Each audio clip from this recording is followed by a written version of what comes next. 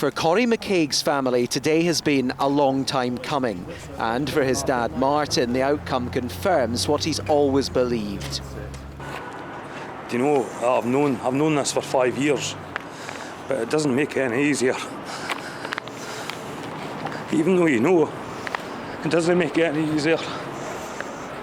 CCTV captured Corrie's last moments in the centre of Bury St Edmunds in September 2016. It showed him going into an area but never coming back out.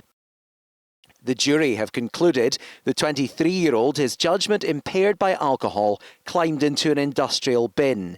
Inadequate locks let him get into it. Inadequate checks when it was uplifted meant he was likely crushed to death in a bin lorry before being dumped in landfill.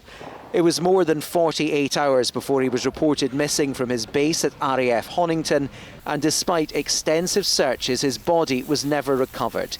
The police inquiry was thrown off track by the weight in the bin being recorded at 11 kilos when it was ultimately found to have been more than 100 kilos.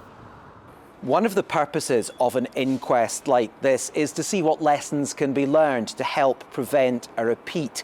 The coroner said it was clear there was a very high risk associated with bins and that he'd be contacting their Manufacturers Association and the operator BIFA, as well as the makers of the bin lorry, to raise his concerns about the equipment and their procedures.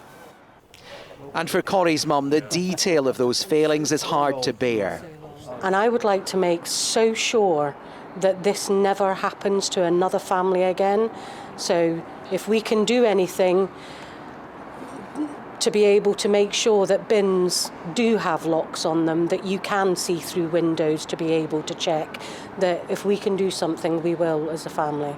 In the years since Corrie's disappearance, there's been plenty of speculation, some lurid, some unbearable for those closest to him. Tonight, the truth is finally a matter of record.